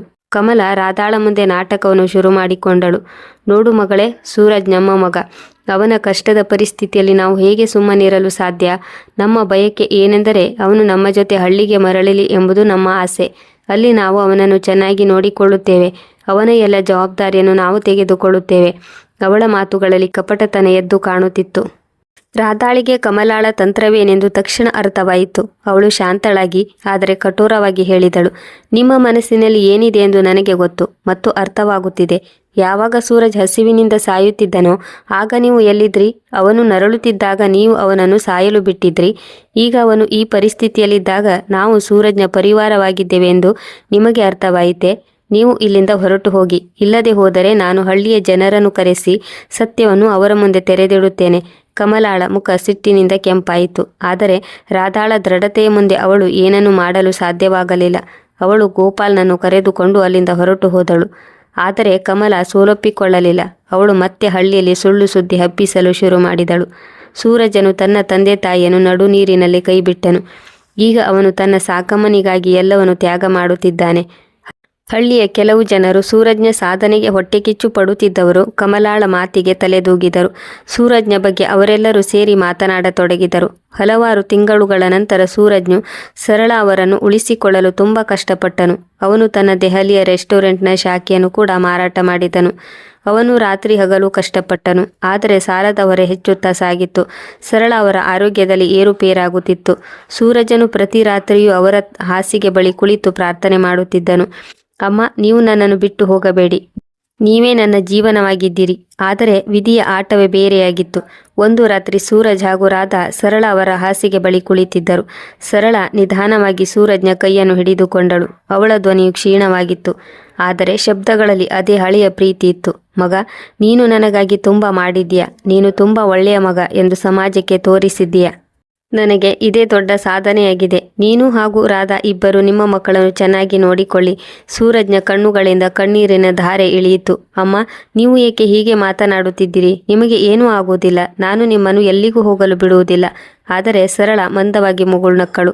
ಅವಳ ಕಣ್ಣಿನಲ್ಲಿ ನೆಮ್ಮದಿ ಇತ್ತು. ಒಂದು ದೀರ್ಘವಾದ ಯಾತ್ರೆಯನ್ನು ಪೂರ್ಣಗೊಳಿಸಿ ಈಗ ಆರಾಮ್ ತೆಗೆದುಕೊಳ್ಳಲು ಹೋಗುತ್ತಿದ್ದಾಳೆ ಎನ್ನುವ ಹಾಗೆ ಅವಳು ಆ ದಿನ ರಾತ್ರಿ ರಾಧಾ ಹಾಗೂ ಸೂರಜ್ನ ಮುಂದೆ ತನ್ನ ಕೊನೆಯ ಉಸಿರನ್ನು ಎಳೆದಳು. ಸೂರಜ್ನ ಸಂಸಾರವು ಮತ್ತೊಮ್ಮೆ ಹಾಳಾಯಿತು. ಅವನು ಸರಳ ಅವರನ್ನು ಅಪ್ಪಿಕೊಂಡು ತುಂಬ ಅತ್ತನು. ಅಮ್ಮ, ನೀವು ನನ್ನನ್ನು ಬಿಟ್ಟು ಏಕೆ ಹೊರಟು ಹೋದ್ರಿ? ನಾನು ನಿಮಗಾಗಿ ಏನೆಲ್ಲ ಮಾಡಿದೆ, ಆದರೂ ನೀವು ನನ್ನನ್ನು ಬಿಟ್ಟು ಹೋದ್ರಿ. ಅವನ ಕೂಗಾಟ ಆಸ್ಪತ್ರೆಯ ಕಾರಿಡಾರ್ನಲ್ಲಿ ಮೊಳಗತೊಡಗಿತು. ರಾಧಾ ಕೂಡ ಬಿಕ್ಕಳಿಸುತ್ತಿದ್ದಳು. ಮಕ್ಕಳಿಗೆ ತಮ್ಮ ಅಜ್ಜಿ ಇನ್ನು ಮುಂದೆ ಇರುವುದಿಲ್ಲ ಎನ್ನುವ ಕಲ್ಪನೆಯೇ ಇಲ್ಲ. ಅವರು ಸುಮ್ಮನೆ ಒಂದು ಕೋಣೆಯಲ್ಲಿ ನಿಂತುಕೊಂಡಿದ್ದರು. ಸೂರಜ್ನ ಹೃದಯ ಒಡೆದು ಹೋಯಿತು. ತನ್ನ ಜೀವನದ ಎಲ್ಲ ಬಣ್ಣವೂ ಅಳಿಸಿ ಹೋಯಿತು ಎನ್ನುವ ಹಾಗೆ 10 ವರ್ಷದ ಮಗುವಿನಂತೆ ಆ ಕ್ಷಣವನ್ನು ನೆನೆದು ಮತ್ತೆ ಅಳತೊಡಗಿದನು. ಸರಳ ಅವರ ಅಂತ್ಯಕ್ರಿಯೆಗಾಗಿ ಅವರ ಶವವನ್ನು ಹಳ್ಳಿಗೆ ಕರೆದುಕೊಂಡು ಬಂದನು. ಹಳ್ಳಿಯ ಎಲ್ಲ ಜನರು ಅವರ ಅಂತಿಮ ದರ್ಶನಕ್ಕೆ ಬಂದರು. ಹಲವಾರು ಜನರು ಅಳುತ್ತಿದ್ದರು, ಏಕೆಂದರೆ ಸರಳ ಕೇವಲ ಸೂರಜ್ನ ಅಮ್ಮನಾಗಿರಲಿಲ್ಲ, ಬದಲಾಗಿ ಹಳ್ಳಿಯ ಒಂದು ಆಶಾಕಿರಣವಾಗಿದ್ದಳು. ಆದರೆ ಕಮಲ ಹಾಗೂ ಗೋಪಾಲ್ ಅಲ್ಲಿಗೆ ಬರಲಿಲ್ಲ. ಸೂರಜ್ನಿಗೆ ಇದರ ಬಗ್ಗೆ ಯಾವುದೇ ದುಃಖವಿರಲಿಲ್ಲ. ಅವನಿಗೆ ಕೇವಲ ಸರಳ ಅವನ ಅಮ್ಮನಾಗಿದ್ದಳು. ಕ್ರಿಯಾಕರ್ಮದ ಎಲ್ಲ ವಿಧಿವಿಧಾನಗಳು ಪೂರ್ಣಗೊಂಡ ನಂತರ ಕೆಲವು ದಿನ ಸೂರಜ್ ಹಳ್ಳಿಯಲ್ಲಿ ಉಳಿದನು. ಅವನು ಪ್ರತಿದಿನ ಸರಳ ವಿದ್ಯಾಮಂದಿರಕ್ಕೆ ಹೋಗುತ್ತಿದ್ದನು. ಅಲ್ಲಿ ಕುಳಿತು ಸುಮ್ಮನೆ ಅಳುತ್ತಿದ್ದನು. ಶಾಲೆಯ ಮಕ್ಕಳು ಸೂರಜ್ ಅಣ್ಣ, ನೀವೇಕೆ ಅಳುತ್ತಿದ್ದೀರಿ ಎಂದು ಕೇಳುತ್ತಿದ್ದರು. ಹೇಳುತ್ತಿದ್ದನು, ಏನೋ ಒಂದು ನೆನಪಾಯಿತು. ಸೂರಜ್ನ ಆರ್ಥಿಕ ಪರಿಸ್ಥಿತಿಯು ಈಗ ಸಂಪೂರ್ಣವಾಗಿ ಹದಗೆಟ್ಟಿತ್ತು. ಪುಣೆಯ ಶಾಖೆ ಉರಿದು ಹೋಯಿತು. ದೆಹಲಿಯ ಶಾಖೆ ಮಾರಾಟವಾಯಿತು. ಉಳಿದ ಶಾಖೆಗಳು ಕೂಡ ಹಳ್ಳ ಹಿಡಿದಿದ್ದವು. ಸಾಲಗಾರರು ಅವನ ಮನೆಯ ಬಾಗಿಲಿಗೆ ಬಂದು ಕುಳಿತಿದ್ದರು. ಹಲವಾರು ಬಾರಿ ಅವನಿಗೆ ಮಕ್ಕಳ ಶಾಲೆ ಫೀಸ್ ಕಟ್ಟಲು ಕೂಡ ಸಾಲವನ್ನು ತೆಗೆದುಕೊಳ್ಳಬೇಕಾಯಿತು. ರಾಧಾ ಧೈರ್ಯಗೆಡಲಿಲ್ಲ. ಅವಳು ಆತ್ಮವಿಶ್ವಾಸದಿಂದ ಹೇಳಿದಳು, ನಾವು ಮತ್ತೊಮ್ಮೆ ಶುರು ಮಾಡೋಣ. ಅಮ್ಮನ ರೆಸ್ಟೋರೆಂಟ್ ಕೇವಲ ಅಮ್ಮನ ನೆನಪಲ್ಲ, ಅದು ಅವಳ ಆಶೀರ್ವಾದ. ನಾವು ಅದನ್ನು ಮತ್ತೆ ಬದುಕಿಸೋಣ ಎಂದು ಸೂರಜ್ನಿಗೆ ಪ್ರೇರಣೆ ನೀಡಿದಳು. ಅವನು ನಿರ್ಧಾರಕ್ಕೆ ಬಂದನು. ಅಮ್ಮನ ನಿರ್ಧಾರವನ್ನು ಮತ್ತೆ ಜೀವಂತ ಮಾಡಿದನು. ಅವನು ತನ್ನ ಉಳಿದ ಶಾಖೆಗಳನ್ನು ಕೂಡ ಮತ್ತೊಮ್ಮೆ ಬಲಿಷ್ಠಗೊಳಿಸಲು ನಿರ್ಧರಿಸಿದನು. ರಾಧಾ ಕೂಡ ಅವನಿಗೆ ಜೊತೆಯಾದಳು. ಅವನಿಗೆ ಸಲಹೆ ನೀಡಿದಳು. ಅಮ್ಮನ ಮಡಿಲನ್ನು ಅವರು ಕೇವಲ ರೆಸ್ಟೋರೆಂಟ್ವರೆಗೆ ಮಾತ್ರ ಸೀಮಿತಗೊಳಿಸಿರಲಿಲ್ಲ, ಬದಲಾಗಿ ಒಂದು ಸಾಮಾಜಿಕ ಮಿಷನ್ ಆಗಿ ಪರಿವರ್ತನೆ ಮಾಡಿದರು. ಬಡ ಮಕ್ಕಳಿಗೆ ಮುಕ್ತ ಊಟವನ್ನು ನೀಡುವ ಮತ್ತು ಶಿಕ್ಷಣವನ್ನು ಕೊಡುವ ಮಿಷನ್ ತಯಾರಿಸಿದರು. ಅವರು ತಮ್ಮ ಸಂಪಾದನೆಯ ಒಂದು ಭಾಗವನ್ನು ಈ ಮಿಷನ್ನಲ್ಲಿ ಹಾಕಲು ಪ್ರಾರಂಭಿಸಿದರು. ಸೂರಜ್ನು ಮುಂಬೈನಲ್ಲಿ ಒಂದು ಅನಾಥಾಲಯವನ್ನು ತೆರೆದನು. ಅಲ್ಲಿ ಎಲ್ಲ ಮಕ್ಕಳು ಸೂರಜ್ನಂತೆ ಬಾಲ್ಯದಲ್ಲಿಯೇ ಒಂಟಿತನ ಅನುಭವಿಸುತ್ತಿದ್ದರು. ಮಕ್ಕಳಲ್ಲಿ ಅವನು ತನ್ನ ಅಮ್ಮನನ್ನು ಕಾಣುತ್ತಿದ್ದನು. ಮಕ್ಕಳಿಗೆ ಸರಳ ನೀಡಿದ ಅದೇ ಪ್ರೀತಿಯನ್ನು ನೀಡುತ್ತಿದ್ದನು. ಅನಾಥಾಲಯದ ಹೆಸರನ್ನು ಕೂಡ ಅವನು ಸರಳ ಆಶ್ರಯ ಎಂದು ಹೆಸರಿಟ್ಟನು. ಅಲ್ಲಿ ಮಕ್ಕಳು ಆಟವಾಡುತ್ತಿದ್ದರು, ಓದುತ್ತಿದ್ದರು ಮತ್ತು ಕನಸನ್ನು ಕಾಣುತ್ತಿದ್ದರು. ಸೂರಜ್ನು ಮಕ್ಕಳೊಂದಿಗೆ ಸಮಯ ಕಳೆಯುತ್ತಿದ್ದನು ಮತ್ತು ತನ್ನ ಕಥೆಯನ್ನು ಹೇಳುತ್ತಿದ್ದನು. ಮಕ್ಕಳೇ, ಜೀವನದಲ್ಲಿ ಎಷ್ಟೇ ದುಃಖ ಬರಲಿ, ಎಷ್ಟೇ ನೋವು ಇರಲಿ, ಪ್ರೀತಿ ಹಾಗೂ ಪರಿಶ್ರಮದಿಂದ ಎಲ್ಲವನ್ನು ಸಂಪಾದಿಸಲು ಸಾಧ್ಯ. ನನ್ನ ಅಮ್ಮ ನನಗೆ ಇದನ್ನೇ ಕಲಿಸಿದ್ದಾಳೆ. ಮಕ್ಕಳು ಅವನಿಂದ ಪ್ರೇರಿತರಾಗುತ್ತಿದ್ದರು ಮತ್ತು ಕನಸುಗಳನ್ನು ಕಾಣುತ್ತಿದ್ದರು. ಆದರೆ ಸೂರಜ್ನ ಜೀವನದಲ್ಲಿ ದುಃಖವು ಕೊನೆಯಾಗಲಿಲ್ಲ. ಒಂದು ದಿನ ಅವನು ಅನಾಥಾಲಯದಲ್ಲಿ ಮಕ್ಕಳೊಂದಿಗೆ ಆಟವಾಡುತ್ತಿದ್ದಾಗ ಅವನ ಮಗ ಆರವ್ ಒಂದು ಆಕ್ಸಿಡೆಂಟ್ನಲ್ಲಿ ಗಂಭೀರವಾಗಿ ಗಾಯಗೊಂಡಿದ್ದನು. ಸೂರಜ್ ಹಾಗೂ ರಾಧಾ ತಕ್ಷಣ ಆಸ್ಪತ್ರೆಗೆ ಬಂದು ತಲುಪಿದರು. ಡಾಕ್ಟರ್ ಹೇಳಿದರು, ಆರವ್ನ ತಲೆಗೆ ಆಳವಾದ ಪೆಟ್ಟು ಬಿದ್ದಿದೆ ಮತ್ತು ಅವನು ಕೋಮಾಕ್ಕೆ ಹೊರಟು ಹೋಗಿದ್ದಾನೆ. ಸೂರಜ್ನ ಮನಸ್ಸು ಮತ್ತೆ ಚೂರು ಚೂರಾಯಿತು. ಅವನಿಗೆ ಅನ್ನಿಸಿತು, ಯಾವುದೋ ಒಂದು ಶಕ್ತಿ ಪದೇ ಪದೇ ತನ್ನನ್ನು ಕುಗ್ಗಿಸಲು ಪ್ರಯತ್ನಿಸುತ್ತಿದೆ ಎಂದು ಅಂದುಕೊಂಡನು. ಅವನು ಆರವ್ನ ಹಾಸಿಗೆ ಬಳಿ ಕುಳಿತು ಅಳುತ್ತಿದ್ದನು. ಮಗನೇ, ನೀನು ಯಾವ ತಪ್ಪು ಮಾಡಿದೆ? ಈ ಶಿಕ್ಷೆಯು ನಿನಗೇಕೆ? ರಾಧಾ ಕೂಡ ಚೂರು ಚೂರಾಗಿದ್ದಳು. ಅವಳು ಹೇಳಿದಳು, ನಮ್ಮ ಮಗ ಬಲಶಾಲಿಯಾಗಿದ್ದಾನೆ, ಅವನು ಮರಳಿ ಬರುತ್ತಾನೆ. ನಾವು ಧೈರ್ಯವನ್ನು ಕಳೆದುಕೊಳ್ಳಬಾರದು ಎಂದು ತಿಳಿ ಹೇಳಿದಳು. ಆರವ್ ಹಲವಾರು ತಿಂಗಳುಗಳವರೆಗೆ ಆಸ್ಪತ್ರೆಯಲ್ಲಿದ್ದನು. ಸೂರಜ್ ಹಾಗೂ ರಾಧಾ ಅವನ ಸೇವೆಯಲ್ಲಿ ಯಾವುದೇ ಕೊರತೆ ಮಾಡಲಿಲ್ಲ. ಆರವ್ನ ಚಿಕಿತ್ಸೆಗಾಗಿ ಸೂರಜ್ ತನ್ನ ರೆಸ್ಟೋರೆಂಟ್ನ ಕೊನೆಯ ಶಾಖೆಯನ್ನು ಕೂಡ ಮಾರಾಟ ಮಾಡಿದನು. ಆದರೆ ಒಂದು ದಿನ ಡಾಕ್ಟರ್ ಹೇಳಿದರು, ಆರವ್ ಬದುಕುವ ಸಂಭವವಿಲ್ಲ. ಕೊನೆಯ ಬಾರಿ ರಾಧಾ ತನ್ನ ಮಗನನ್ನು ಅಪ್ಪಿಕೊಂಡಳು. ಆರವ್ನ ಸಾವು ಸೂರಜ್ನನ್ನು ಇನ್ನೂ ಛಿದ್ರಗೊಳಿಸಿತು. ಈಗ ಅವನ ಮನಸ್ಸು ಖಾಲಿಯಾಯಿತು. ಅವನ ಜೀವನದ ಪ್ರತಿ ಸುಖವನ್ನು ಅವನಿಂದ ಕಸಿದುಕೊಂಡಂತೆ ಅನಿಸಿತು. ಕಮಲ ಹಾಗೂ ಗೋಪಾಲ್ ಅವರ ಜೀವನವು ಕೂಡ ಈಗ ಸಂಪೂರ್ಣವಾಗಿ ಹದಗೆಟ್ಟಿತ್ತು. ಅವರ ಅತಿ ಆಸೆ ಹಾಗೂ ಕೆಟ್ಟ ವರ್ತನೆಯು ಹಳ್ಳಿಯಲ್ಲಿ ಅವರ ಪರಿಸ್ಥಿತಿಯನ್ನು ಇನ್ನೂ ಹಾಳು ಮಾಡಿತ್ತು. ಗೋಪಾಲ್ ಯಾವಾಗಲೂ ತನ್ನ ಹೆಂಡತಿಯ ಮಾತು ಕೇಳುತ್ತಿದ್ದನು. ಈಗ ಒಂಟಿತನ ಹಾಗೂ ಪಶ್ಚಾತ್ತಾಪದಲ್ಲಿ ಮುಳುಗಿದನು. ಒಂದು ದಿನ ಅವನು ಹಳ್ಳಿಯ ಚಾವಡಿಯಲ್ಲಿ ಕುಳಿತಿದ್ದಾಗ ಜನರು ಆಡಿಕೊಳ್ಳುತ್ತಿರುವುದನ್ನು ಕೇಳಿದನು. ಸೂರಜ್ನು ಸರಳ ಆಶ್ರಯದಲ್ಲಿ ಒಂದು ಹೊಸ ಭೋಜನಾಲಯವನ್ನು ತೆರೆದಿದ್ದಾನೆ. ಅಲ್ಲಿ ಬಡ ಮಕ್ಕಳಿಗೆ ಉಚಿತ ಭೋಜನವನ್ನು ನೀಡಲಾಗುತ್ತದೆ. ಈಗ ಗೋಪಾಲನ ಕಣ್ಣುಗಳು ಒದ್ದೆಯಾದವು. ತನ್ನ ಮೌನ ಹಾಗೂ ತಾನು ಮಾಡಿದ ಕೃತ್ಯದ ಬಗ್ಗೆ ಅವನಿಗೆ ಅರಿವಾಯಿತು. ಅವನು ಸೂರಜ್ನಿಗೆ ಒಂದು ಪತ್ರವನ್ನು ಬರೆದನು. ಅವನು ತನ್ನ ತಪ್ಪಿನ ಬಗ್ಗೆ ಕ್ಷಮೆಯನ್ನು ಕೇಳಿದನು. ಸೂರಜನು ಪತ್ರವನ್ನು ಓದಿದನು. ಆದರೆ ತನ್ನ ತಂದೆಯನ್ನು ಕ್ಷಮಿಸಿದರೂ ನೋವುಗಳನ್ನು ಮರೆಯಲು ಆಗಲಿಲ್ಲ. ಕಮಲಾಳ ಸ್ಥಿತಿಯು ಇನ್ನೂ ಹದಗೆಟ್ಟಿತ್ತು. ಹಳ್ಳಿಯವರು ಅವಳನ್ನು ಸಂಪೂರ್ಣ ಬಹಿಷ್ಕಾರ ಮಾಡಿದರು. ಒಂದು ದಿನ ಅವಳು ಕಾಯಿಲೆ ಬಿದ್ದಾಗ ಹಳ್ಳಿಯ ಯಾರೂ ಅವಳಿಗೆ ಸಹಾಯ ಮಾಡಲು ಮುಂದೆ ಬರಲಿಲ್ಲ. ಅವಳು ಒಂಟಿತನ ಹಾಗೂ ರೋಗದಿಂದ ನರಳಿ ಕೊನೆಯ ಉಸಿರೆಳೆದಳು. ಗೋಪಾಲನು ಅವಳ ಅಂತ್ಯ ಸಂಸ್ಕಾರವನ್ನು ಮಾಡಿದನು. ಅವನ ಕಣ್ಣಿನಲ್ಲಿ ಒಂದು ಹನಿಯೂ ನೀರು ಬರಲಿಲ್ಲ. ಅವನಿಗೆ ಗೊತ್ತಿತ್ತು, ಕಮಲ ಏನನ್ನು ಬಿತ್ತಿದಳೋ ಅದನ್ನೇ ಪಡೆದಿದ್ದಾಳೆ. ಆರವ್ನ ಸಾವಿನ ನಂತರ ರಾಧಾ ಹಾಗೂ ಸೂರಜ್ ತನ್ನ ಮಗಳು ಅನನ್ಯಾಳನ್ನು ಸಂಭಾಳಿಸಿದರು. ಅನನ್ಯ ಈಗ ಕಿಶೋರಿಯಾಗಿದ್ದಳು. ಅವಳು ತನ್ನ ಅಣ್ಣನ ಸಾವಿನಿಂದ ತುಂಬ ನೊಂದುಕೊಂಡಿದ್ದಳು. ಸೂರಜ್ ಹಾಗೂ ರಾಧಾ ಇಬ್ಬರು ಅವಳಿಗೆ ಧೈರ್ಯವನ್ನು ತುಂಬಿದರು. ಅನನ್ಯ ತನ್ನ ತಂದೆಯಂತೆ ಪರಿಶ್ರಮ ಪಡುವ ನಿರ್ಧಾರಕ್ಕೆ ಬಂದಳು. ಅವಳು ಶಾಲೆಯಲ್ಲಿ ಓದುವುದರ ಜೊತೆಗೆ ಸರಳ ಆಶ್ರಯದಲ್ಲಿ ಮಕ್ಕಳಿಗೆ ಸಹಾಯ ಮಾಡಲು ಶುರು ಮಾಡಿದಳು. ಮಕ್ಕಳಿಗೆ ಕಲಿಸುತ್ತಿದ್ದಳು, ಅವರಿಗೆ ಓದಿಸುತ್ತಿದ್ದಳು, ಅವರಿಗೆ ಪ್ರೇರಣೆ ನೀಡುತ್ತಿದ್ದಳು. ಸೂರಜ್ನು ತನ್ನ ಮಗಳಲ್ಲಿ ತನ್ನ ಅಮ್ಮನ ಛಾಯೆಯನ್ನು ಕಂಡುಕೊಂಡನು. ಅವನಿಗೆ ಸರಳಮ್ಮನ ಪ್ರೀತಿಯು ಅನನ್ಯಾಳ ರೂಪದಲ್ಲಿ ಜೀವಿತವಾಗಿದೆ ಎಂದು ಅಂದುಕೊಂಡನು. ಅಮ್ಮನ ಮಡಿಲನ್ನು ಮತ್ತೆ ಜೀವಿತಗೊಳಿಸಲು ನಿರ್ಧರಿಸಿದನು. ಅವನು ಮತ್ತೊಮ್ಮೆ ಚಿಕ್ಕ ರೆಸ್ಟೋರೆಂಟನ್ನು ಓಪನ್ ಮಾಡಿದನು. ಈ ಬಾರಿ ಅವನು ತನ್ನ ಹಳ್ಳಿಯ ಹಳೆಯ ರುಚಿಯ ಜೊತೆಗೆ ತನ್ನ ಗ್ರಾಹಕರನ್ನು ಕರೆದನು. ನಿಧಾನವಾಗಿ ಅವನ ರೆಸ್ಟೋರೆಂಟ್ ಮತ್ತೆ ನಡೆಯತೊಡಗಿತು. ಅವನು ತನ್ನ ಸಂಪಾದನೆ ಅತಿ ದೊಡ್ಡ ಭಾಗವನ್ನು ಸರಳ ಆಶ್ರಯ ಮತ್ತು ಸರಳ ವಿದ್ಯಾಲಯದಲ್ಲಿ ತೊಡಗಿಸಿದನು. ಅವನ ಆಸೆ ಏನಾಗಿತ್ತೆಂದರೆ ಪ್ರತಿಯೊಂದು ಮಕ್ಕಳು ಅವಕಾಶವನ್ನು ಪಡೆದುಕೊಳ್ಳಬೇಕು. ಅವನು ಒಂದು ಹೊಸ ಪ್ರಾಜೆಕ್ಟ್ ಶುರು ಮಾಡಿದನು. ಅದರಲ್ಲಿ ಬಡ ಮಹಿಳೆಯರಿಗೆ ಹೊಲಿಗೆ ತರಬೇತಿ ಹಾಗೂ ಅಡುಗೆ ಮಾಡುವ ಟ್ರೈನಿಂಗ್ ಅನ್ನು ನೀಡಲಾಯಿತು. ಅವರನ್ನು ಆತ್ಮನಿರ್ಭರರನ್ನಾಗಿ ಮಾಡುವುದು ಇದರ ಮುಖ್ಯ ಉದ್ದೇಶವಾಗಿತ್ತು. ಈ ಪ್ರಾಜೆಕ್ಟ್ನ ಹೆಸರನ್ನು ಅವನು ಸರಳ ಸಶಕ್ತೀಕರಣ ಎಂದು ಹೆಸರಿಟ್ಟನು. ಕೆಲವು ವರ್ಷಗಳು ಕಳೆದವು. ಸೂರಜ್ನಿಗೆ ಈಗ ವಯಸ್ಸಾಯಿತು. ಆದರೆ ಅವನ ಕಣ್ಣಿನಲ್ಲಿ ಅದೇ ಹೊಳಪಿತ್ತು. ಅಮ್ಮನ ಮಡಿಲು ಈಗ ದೇಶದ ಹಲವಾರು ಭಾಗಗಳಲ್ಲಿ ತನ್ನ ಶಾಖೆಯನ್ನು ತೆರೆಯಿತು ಮತ್ತು ಅವನ ಶಾಲೆ ಅನಾಥಾಲಯದಲ್ಲಿ ಹಲವಾರು ಮಕ್ಕಳ ಜೀವನ ಬದಲಾಗತೊಡಗಿತು. ಅನನ್ಯ ಈಗ ಒಬ್ಬಳು ಸಾಮಾಜಿಕ ಕಾರ್ಯಕರ್ತೆಯಾಗಿದ್ದಳು. ಅವಳು ತನ್ನ ತಂದೆಯ ಮಿಷನ್ ಅನ್ನು ಮುಂದೆ ತೆಗೆದುಕೊಂಡು ಸಾಗುತ್ತಿದ್ದಳು. ಅವಳು ಸರಳ ಸಶಕ್ತೀಕರಣ ಸಂಸ್ಥೆಯನ್ನು ಇಡೀ ದೇಶದಲ್ಲಿ ಹರಡಿದಳು ಮತ್ತು ಸಾವಿರಾರು ಮಹಿಳೆಯರನ್ನು ಆತ್ಮನಿರ್ಭರರನ್ನಾಗಿ ಮಾಡಿದಳು. ಸೂರಜ್ನಿಗೆ ತನ್ನ ಮಗಳ ಮೇಲೆ ಗರ್ವವಿತ್ತು. ತನ್ನ ಅಮ್ಮನ ಆತ್ಮ ತನ್ನ ಮಗಳಲ್ಲಿ ಜೀವಂತವಾಗಿದೆ ಎಂದು ಅವನು ಅಂದುಕೊಂಡನು. ಸೂರಜನು ಆಗಾಗ ಹಳ್ಳಿಗೆ ಬಂದಾಗ ಸರಳ ವಿದ್ಯಾಲಯದಲ್ಲಿ ಮಕ್ಕಳೊಂದಿಗೆ ಕಾಲ ಕಳೆಯುತ್ತಿದ್ದನು. ಅವರಿಗೆ ತನ್ನ ಕಥೆಯನ್ನು ಹೇಳುತ್ತಿದ್ದನು. ಒಂದು ಎಂತಹ ಹುಡುಗನ ಕಥೆ ಎಂದರೆ ಅವನಲ್ಲಿ ಮೊದಲು ಏನೂ ಇರಲಿಲ್ಲ, ಕೇವಲ ಅಮ್ಮನ ಪ್ರೀತಿ ಮಾತ್ರ ಇತ್ತು. ಮತ್ತೆ ಹೇಳುತ್ತಿದ್ದನು, ಮಕ್ಕಳೇ, ಜೀವನದಲ್ಲಿ ಎಷ್ಟೇ ದುಃಖ ಬರಲಿ, ಎಷ್ಟೇ ನೋವು ಸಿಗಲಿ, ಪ್ರೀತಿ ಹಾಗೂ ಪರಿಶ್ರಮದಿಂದ ಎಲ್ಲವನ್ನು ಪಡೆದುಕೊಳ್ಳಬಹುದು. ನನ್ನ ಅಮ್ಮ ನನಗೆ ಇದನ್ನು ಕಲಿಸಿದ್ದಾಳೆ. ಮಕ್ಕಳು ಅವರ ಮಾತನ್ನು ಕೇಳಿ ಪ್ರೇರಿತರಾಗುತ್ತಿದ್ದರು ಮತ್ತು ತಮಗಾಗಿ ದೊಡ್ಡ ಕನಸುಗಳನ್ನು ಕಟ್ಟಿಕೊಳ್ಳುತ್ತಿದ್ದರು. ಸೂರಜ್ಪುರದಲ್ಲಿ ಸೂರಜ್ನ ಕಥೆಯು ಈಗ ಎಲ್ಲರಿಗೂ ಒಂದು ಪ್ರೇರಣೆಯಾಗಿತ್ತು. ಹಳ್ಳಿಯ ಮಕ್ಕಳು ಅವನನ್ನು ನೋಡಿ ಕನಸು ಕಾಣುತ್ತಿದ್ದರು. ಅಮ್ಮಂದಿರು ತಮ್ಮ ಮಕ್ಕಳಿಗೆ ಸರಳ ಅವರ ಕಥೆಯನ್ನು ಹೇಳುತ್ತಿದ್ದರು. ರಾಧಾ ಈಗ ಸೂರಜ್ನ ಅತಿ ದೊಡ್ಡ ಶಕ್ತಿಯಾಗಿದ್ದಳು. ಅವಳು ಪ್ರತಿ ಕ್ಷಣದಲ್ಲೂ ಪ್ರತಿ ಸಂಕಷ್ಟದಲ್ಲೂ ಸೂರಜ್ನೊಂದಿಗೆ ದೃಢವಾಗಿ ನಿಂತಳು. ಸೂರಜ್ ಆಗಾಗ ಅವಳಲ್ಲಿ ಹೇಳುತ್ತಿದ್ದನು, ರಾಧಾ, ನೀನು ಇರದೆ ಹೋಗಿದ್ದರೆ ನಾನು ಯಾವಾಗಲೂ ಕುಗ್ಗಿ ಹೋಗುತ್ತಿದ್ದೆ. ನೀನು ನನ್ನ ಸರಳ ಅಮ್ಮನಂತೆ ಇದ್ದೀಯಾ. ರಾಧಾ ಮುಗುಳು ನಗುತ್ತಿದ್ದಳು ಮತ್ತೆ ಹೇಳುತ್ತಿದ್ದಳು, ಸೂರಜ್, ನಾನು ನಿನ್ನಿಂದ ಮತ್ತು ಅಮ್ಮನಿಂದ ಇದನ್ನೇ ಕಲಿತುಕೊಂಡಿದ್ದೇನೆ. ಪ್ರತಿ ಕಷ್ಟವನ್ನು, ಪ್ರತಿ ಬಿರುಗಾಳಿಯನ್ನು ಧೈರ್ಯದಿಂದ ಎದುರಿಸಬೇಕು. ಇಬ್ಬರು ಈಗ ತಮ್ಮ ಮೊಮ್ಮಗಳೊಂದಿಗೆ ಸಮಯ ಕಳೆಯುತ್ತಿದ್ದರು. ಸೂರಜ್ನ ಮೊಮ್ಮಗಳ ಹೆಸರು ಸರಳ ಎಂದಾಗಿತ್ತು. ತನ್ನ ಅಜ್ಜಿಯಂತೆಯೇ ದಯಾಳು ಹಾಗೂ ಪರಿಶ್ರಮಿಯಾಗಿದ್ದಳು. ಅವಳು ತನ್ನ ಅಜ್ಜನ ಕಥೆಯನ್ನು ಕೇಳಿ ಹೇಳುತ್ತಿದ್ದಳು, ಅಜ್ಜ, ನಾನು ಕೂಡ ನಿಮ್ಮ ಹಾಗೆ ಹಾಗೂ ಅಜ್ಜಿ ಹಾಗೆ ಆಗಲು ಬಯಸುತ್ತೇನೆ.